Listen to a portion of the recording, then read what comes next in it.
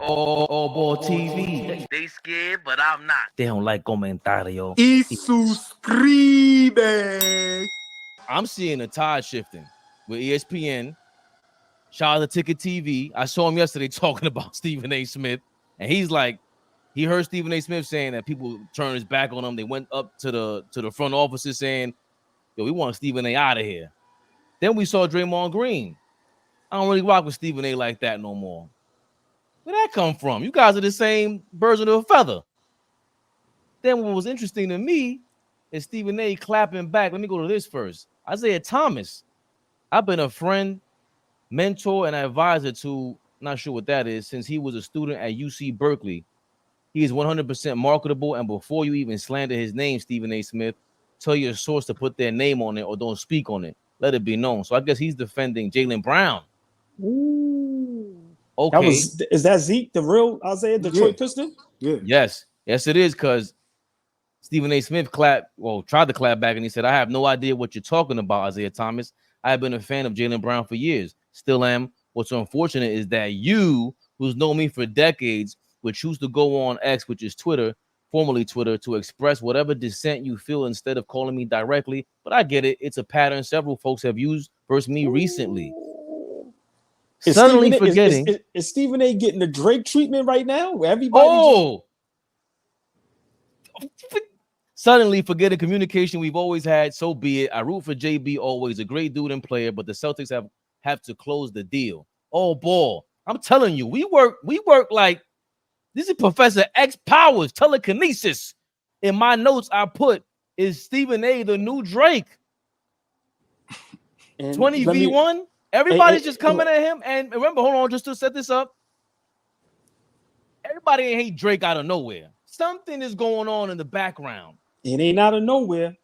Listen, Flea, Go ahead. Few minutes.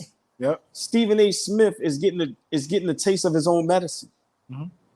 Like that's all it is. You got to remember, 10 years ago, social media, podcasting, just this world, a lot of guys wasn't ever privy to it, didn't care about it, or they wasn't as powerful.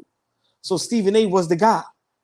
Now that everybody has their own platform, and now you don't need corporate, you don't need the big dogs no more. You know, 10 years ago, you talk or treat Stephen A. wrong, that can cause a problem for you when you're trying to get into certain doors. Now that people understand, I don't even care if I get in that door. Listen, man, this is the second time Stephen A. said you should have called me. He said to the Draymond Green, why anybody got to call you? Was you calling anybody back in the days when you was talking about they dirt? We know the name. So for me, it's just funny that, and I say this, and I'm leaving it at this for you. I don't see how guys with $100 million contracts get into problems. Listen, if it ain't a female problem, I ain't got no problems with $100 million. I will not have problems with another grown man with $100 million in the checking account or the savings account. I guarantee you that. Well, that's Drake. Hold on, Flea. Flea gotta take a deep breath. He's coming off of a verbal ass whooping of Draymond Green and Stephen A. Smith. I'll put the link in the description because everybody in the comments is going crazy. Flea is a genius. Flea, I fucks with you. Yeah, Flea, you talking that talk. It was like non-stop, double down. So it ain't just Draymond. It ain't just Isaiah Thomas. It's Flea and a whole bunch of people around the world that don't like your ass, Stephen A. Smith. And now, last but not least, Big Flea. Take us home. Listen. I've been adamant on this subject for the last couple of days, right? First of all, let me touch on what you just said, OG. You said, if it ain't about a woman, I don't understand how $100 million people have issues. Drake's issues specifically deal with women. Exactly. People don't understand that. People think that this is male ego and there's ego, but he knocking them down. He's sleeping with executives' wives. He's sleeping with he knocking owners' them down. wives. Like, you know what I'm saying? Like, he's sleeping with women that you ain't supposed to be touching. So that's why there's certain things. It's a trickle-down effect, and we just see it for, he's beefing with a bunch of Knicks. No, you beefing with a bunch of cats because you are the biggest dirty Mac out here. So that's something different. In terms of Stephen A. Smith, I went on a rant the other day, and Epic. it felt Epic rant. it felt damn good. You know why? Many of y'all don't know I used to have braids back in the day. And African woman used to braid my hair. Her shop was on Linden Boulevard and 224th Street. I used to go in there and go get my hair braided every 2 weeks. There was a barber shop inside of the salon. And inside of the salon, the barber in there had very, at the time, high-end clientele. Now, this is the early 2000s, 2, 3, 4, 2000, around that time, 2002, 3, 4. Well, who would come in there and try to get their pushback hairline taken care of? Stephen A. Smith. So one time I'm in there, I'm getting my hair braided, and the dude is cutting his hair, he's doing whatever he got to do to him, and he walks out. And at the time, he's not huge, but if you're into sports and media at that time, you knew he was next up. Right. And so I happened to see him, and I was very excited to see this dude, right? Because you know he's from Queens, you know he's a brother on TV screen, a face that you see, you know, his bravado, his attitude was very refreshing because you felt like he was one of us in the beginning. He was an asshole then too, because I tried to reach my hand, shake his hand, all of that. The interaction was very cold. I've never told this story ever. My closest people, my friends, they know this, but I've never told this on screen. He wasn't very common. I'll say that. Wow. But anyway, I say all that to say this. He thinks he's one of them. He's not. And he's getting pushed out the room now because people are realizing, yo, he ain't really one of us. And I'm not talking about brothers and sisters. I'm not talking about that. I'm talking about just thorough. These athletes are reminding him that you are not a former pro. You've never been in the trenches with us. You gotta these relationships that you have are not relationships that are the same in your mind as they are. Yeah, Isaiah Thomas, think about this. Isaiah Thomas is the first person to give Stephen A. Smith an interview from a professional athlete. Is the first person to ever give him an interview. And Isaiah realizing that, yo, how you moving ain't, we ain't.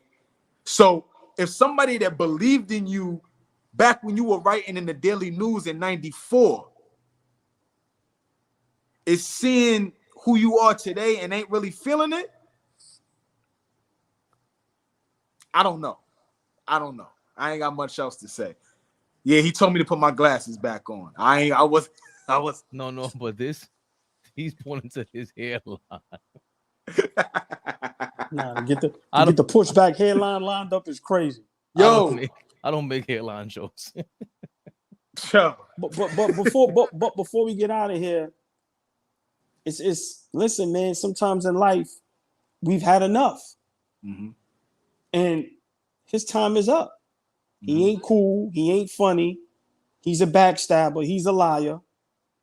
And at the end of the day, man, like you said, Fleet, you know, they showed the clip where it was a basketball game and he walked into the game as if he was about to play. Shook the security guard hand. You could tell the security guard was like, okay. Yeah, he had the crop top jacket on. Exactly. And it was just like, yo, bruh, stop, man. You know, so I get it. He act like he's bigger than the game itself. He act like, you know, so I just think guys are fed up with him.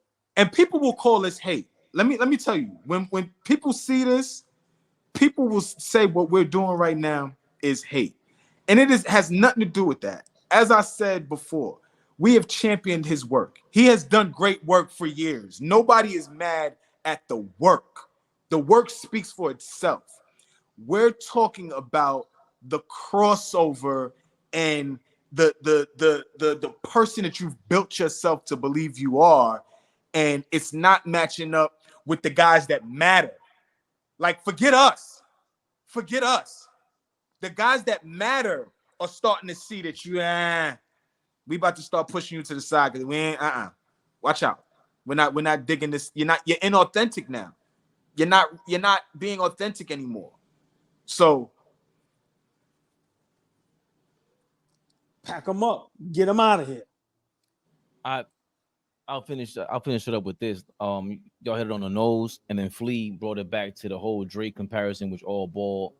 I can't believe you thought the same thing I did. Like the first person I thought it was Drake, like someone who got a lot of power, and they did their thing, but you needed those cosigns, and it's almost like you forgot you needed those cosigns. You forgot that you took those cosigns, and then now you're at the top. It's like, yo, bro, we know what you're doing. And he said, I heard Ticket TV's thing. He was saying like, yo, I hear everything when you in this business. Everything comes back to you, whatever it is. You sound just like Drake. You don't get it. They not like us, like that. I'm waiting for that hit. Somebody to come up with a hit podcast record on Stephen A. It's about to get. I don't know if it's gonna be Shannon Sharp, Kendrick Perkins. It might be Skip Bayless coming out of nowhere from the woodworks. Like this is bad, man. And he's from Queens. He did his thing, but it's like, bro, we've been saying, what is that? There was no need for that. Even with look, how much criticism have I had of Kyrie, Flea? I just at some point it gets personal for them. It don't get personal with me, man. I love Kyrie Irving. Are you crazy? What's going on right now? This ain't no I told you so to me. You think I didn't think he was gonna be nice like that? You think I never told him to retire? Just dumb shit he said. Kawhi Leonard, you need to retire. What are you talking about? Same guy taking how much money on ESPN? You heard what he said about what's my guy, the Pelicans? Brandon Ingram. He playing with people money. If I was the organization, I wouldn't give him the max. Yeah, so he do too much, bro. He do too much, and at the end of the day. Like, even you see when Steven Jackson them called him out as far as, like, I remember the Russell Westbrook situation. I called the front, like, bro, what are you doing? What are you doing? And look, I'm thankful for bringing that up because then you showed your hand. When it was Draymond, when it was Russell Westbrook, you called up the front office to find out, hey, what happened? But when it was Draymond, you admitted to, that's my guy. He's a good guy. So I called the front office defending him. Why are you defending him in 1 minute? Because you like this guy, you got a relationship with him, and then the next minute with Russell Westbrook, you throw him under the bus. Hey, Flea, I'm gonna leave. This is gonna be my last one. Years ago, remember when he used to say "stay off the weed" a lot, and remember when at one time on ESPN he had a list of all the athletes that got busted for weed. Mm-hmm. You know he read those names out loud on TV, right? Absolutely, I remember that. Now, do y'all remember? Remember the baseball player for Texas Rangers, Josh Hamilton? Mm-hmm. Remember all the trouble he was dealing with? Absolutely. You know what Stephen A. Smith said about him, right? Absolutely nothing. He should get some help. That was it. But when it comes to us, stay off the. Come on, he used to kill. What's my man? He used to kill Josh Gordon. He used to kill. Crazy. And what's the difference when Josh Gordon was like the Josh Hamilton of football at that time? Josh Gordon was nasty. Oh yeah, he was one of the top receivers. So like, what's your excuse? Yeah, he has trouble. He's having trouble. He's on lean or whatever, bro. That's serious. But we need to get this guy to get some help, man. Nah. So the criticism has always had a heavy dose of personal feelings attached to it, and there's always been an aspect of him validating himself as this dude from Queens, New York, that's going to keep it thorough and keep it tough, right? There's a tough aspect to when he talks the game, and I know that's what I played too. He played, but I played too. It rubs me the wrong way, and I'm not no NBA pro. I'm sure the pros that have put blood, sweat, and tears have dedicated their lives to this. This is what put food in their families' plates, created a generational wealth legacy. How he talks, there's too much of that tough talk in it, and it doesn't elevate what you're saying. You could talk way different, and you would still get your point across, and you would still be able to deliver whatever it is you're trying to deliver to the people. But you put that sauce on it, and the sauce makes it inauthentic. It makes it weird.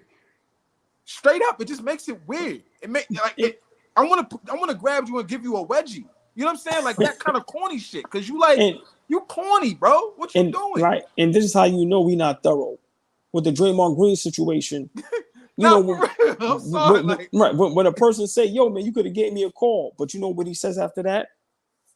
We could talk about it on the platform. Let me tell you something. I'm gonna leave it at this. Big shout to Terrell Owens. Remember what he said to him? oh yeah, oh yeah, oh yeah. Max Kellerman acting blacker than you. He ain't like that. That shit hurt. He ain't like that. Pack him up. Pack him up. AllBall TV. They scared, but I'm not. They don't like comentario. Y suscribe.